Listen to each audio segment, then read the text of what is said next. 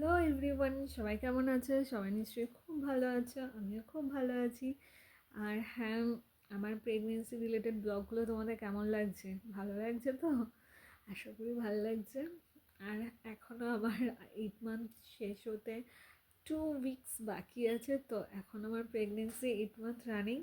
আর আজ আমি তোমাদের সাথে শেয়ার করতে চলে এসেছি যে ইন্ডিয়া থেকে দেখেছিলে এর আগে দুটো ভিডিওতে যে আমার জন্য কি কি এসছে, আমার বেবির জন্য কি কি এসছে, আর এখন দেখাচ্ছে আমার কর্তামশার জন্য কি কি এসছে। চলো স্টার্ট করা যাক।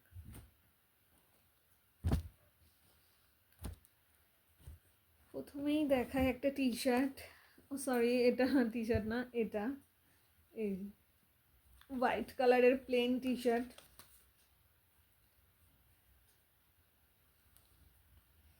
এই একটা।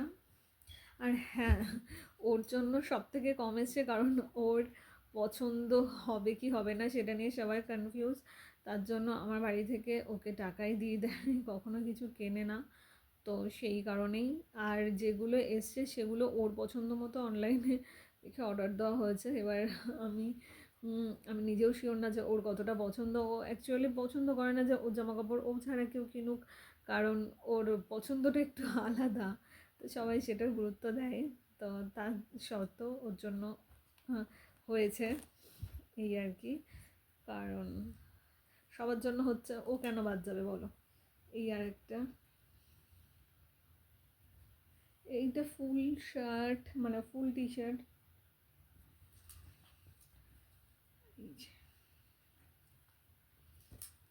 দুটো। এই একটা শার্ট দেখো, চেক চেক প্রিন্টের শার্ট এটা। এই যে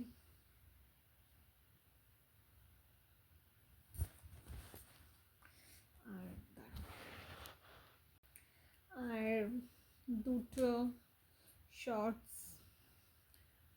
একটা একটা দুটো ফুল প্যান্ট।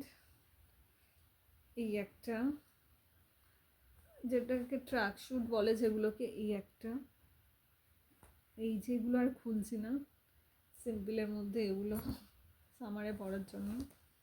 একটা jeans.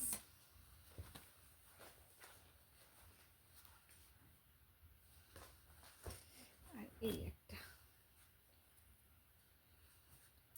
Check shirt, check T shirt.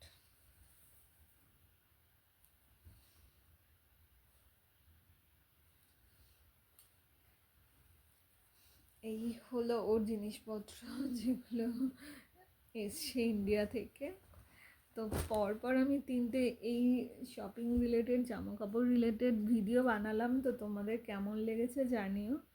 আর সবাই খুব সাবধানে থেকো, ভালো থেকো। দেখা হচ্ছে ঠিক পরের একটা ব্লগে। Bye for now.